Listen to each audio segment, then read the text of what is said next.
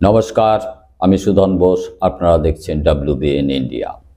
লোকসভা ভোটে তৃণমূলের সেনাপতি থাকতে চান শুধু ডায়মন্ড হারবারেই।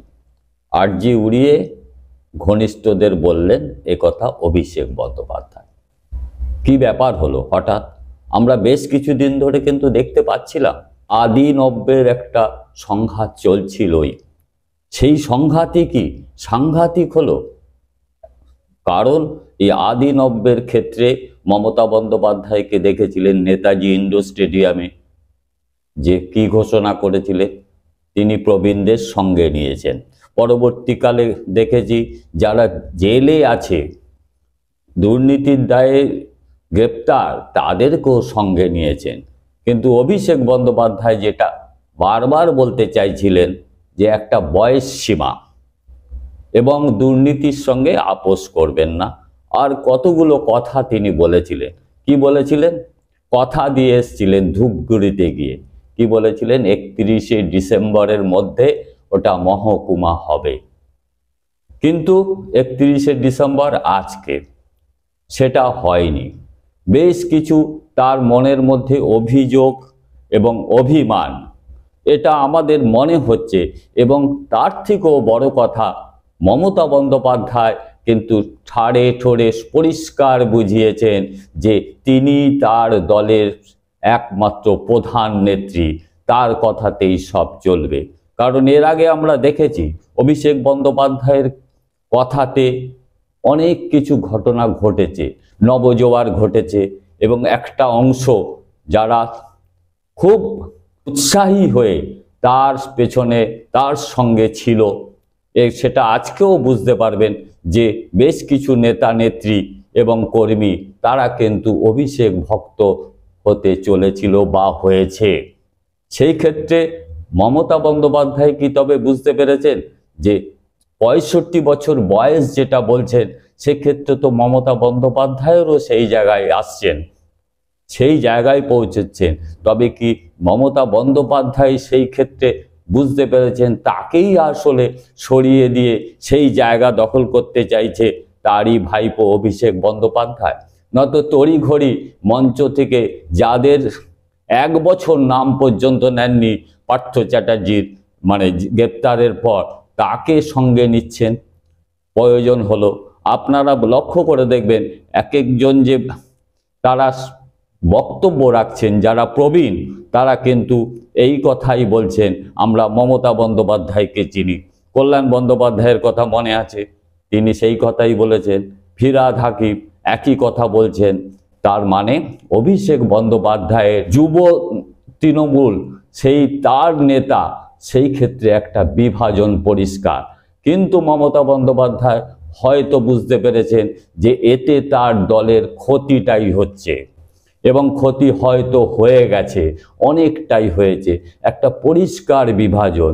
যুব যারা এসছে, যারা যুব দলের মধ্যে ঘনিষ্ঠ, এই মুহূর্তে অনেকেই কিন্তু দুর্নীতির জালে জড়িয়ে আছে। আবার দেখা যাবে অনেকেই এই যে নির্বাচনটা গেল, পঞ্চায়েত নির্বাচন, তারা সেখানে কি করেছে, সেখানে অনেকটা সেই জোর জুলুম মারামারি সবের মধ্যে, গুন্ডাবির মধ্যে তারা কিন্তু জড়িয়ে পড়েছে। তারা তো সব যুব তৃণমূল, তারা সব অভিষেক বন্দ্যোপাধ্যায় জিন্দাবাদ বলছে। মমতা বন্দ্যোপাধ্যায় বলছে, কিন্তু তার আগে অভিষেক বন্দ্যোপাধ্যায় জিন্দাবাদ বলছে। তবে কি মমতা বন্দ্যোপাধ্যায় এটাই বুঝতে পেরে তড়িঘড়ি এই ঘোষণা করেছেন?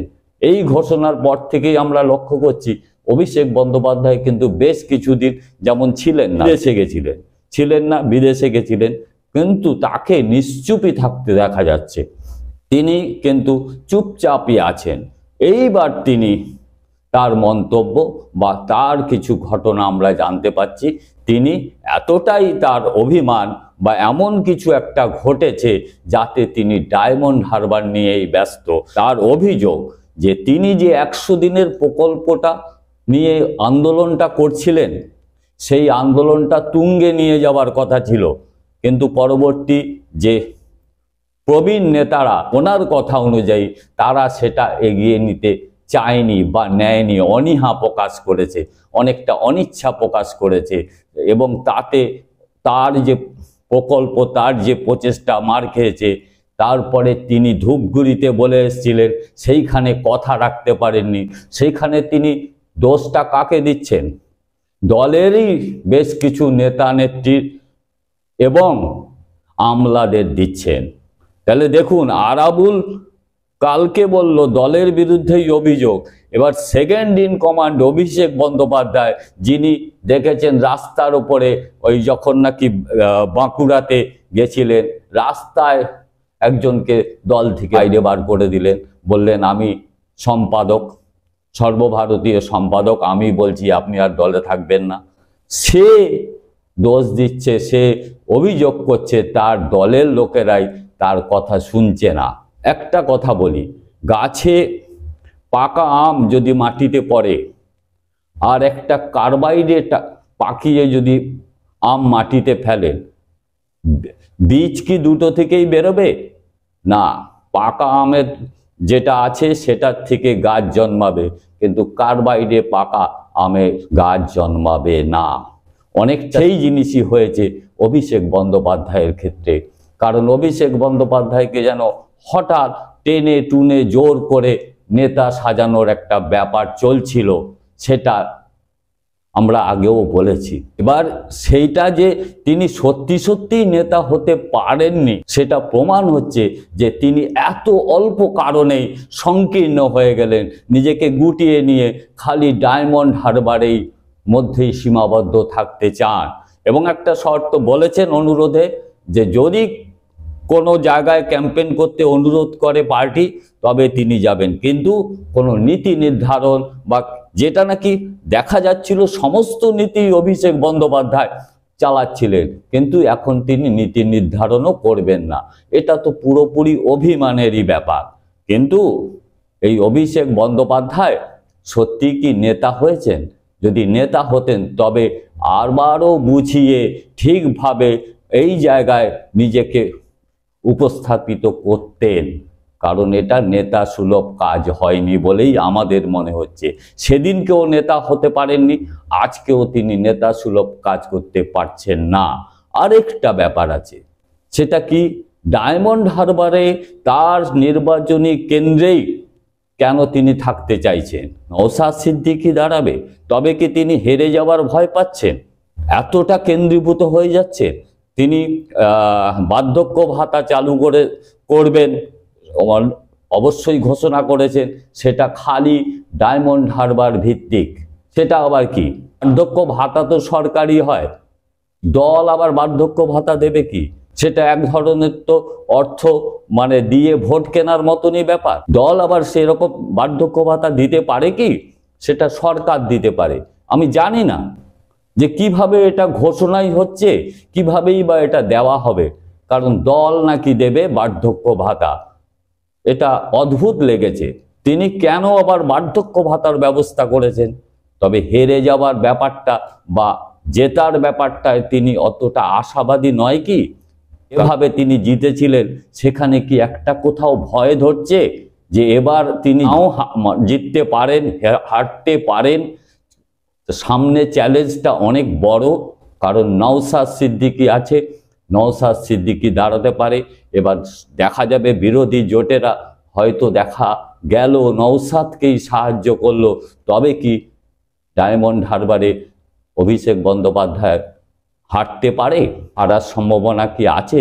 সেটা কি উনি দেখতে পাচ্ছেন দিব্য দৃষ্টিতে, যে সেইখানে ভয় পেয়ে তিনি খালি ডায়মন্ড হারবারটাকেই বেছে নিয়েছেন, তার নিজের কেন্দ্রটাকে, যাতে সেটা সুরক্ষিত থাকে? এটা তো একটা সর্বভারতীয় সাধারণ সম্পাদকের কাজ নয়, একটা বড় দলের এই কাজ নয়, সম্পাদকের অন্ততপক্ষে এই কাজ নয়। তার তো দরকার সারা রাজ্য, সারা দেশের, এই মুহূর্তে যেহেতু এটা লোকসভা নির্বাচন, যেখানে যেখানে তাদের দল লড়বে সেখানেই তার নেতৃত্ব দেওয়ার কথা, কিন্তু তিনি নিজেকে গুটিয়ে এই জায়গায় নিয়ে এসছেন। আসলে তিনি সেই নেতৃত্ব দেওয়ার জায়গাতেই নেই, আর জায়গাতে রাখেননি তার পিসি, মানে বর্তমান আমাদের মুখ্যমন্ত্রী মমতা বন্দ্যোপাধ্যায়। তিনিই তার কাছ থেকে সেই দায়িত্বটা তুলে নিয়েছেন বলেই আমাদের মনে হচ্ছে। তার কারণ নয়তো এর আগে তো ঠিকই চলছিল। যে আমরাও দেখেছি প্রত্যেকটা প্রোগ্রামে সেখানে মমতা বন্দ্যোপাধ্যায় হাজির হচ্ছিলেন, তাকে সমর্থনও করছিলেন, সমস্ত জায়গায় ছিলেন। কোথাও এত একটা কিছু গণ্ডগোল আছে, সেটা অভিষেক বন্দ্যোপাধ্যায় ঠিক না মমতা বন্দ্যোপাধ্যায় ঠিক না দলটাই বেঠিক, সেটা প্রমাণ হবে আগামী দিন। আর এ বিষয়ে আপনাদের মতামত অবশ্যই আপনারা জানাবেন। আগামী দিন দেখা হবে অন্য প্রতিবেদনে। নমস্কার।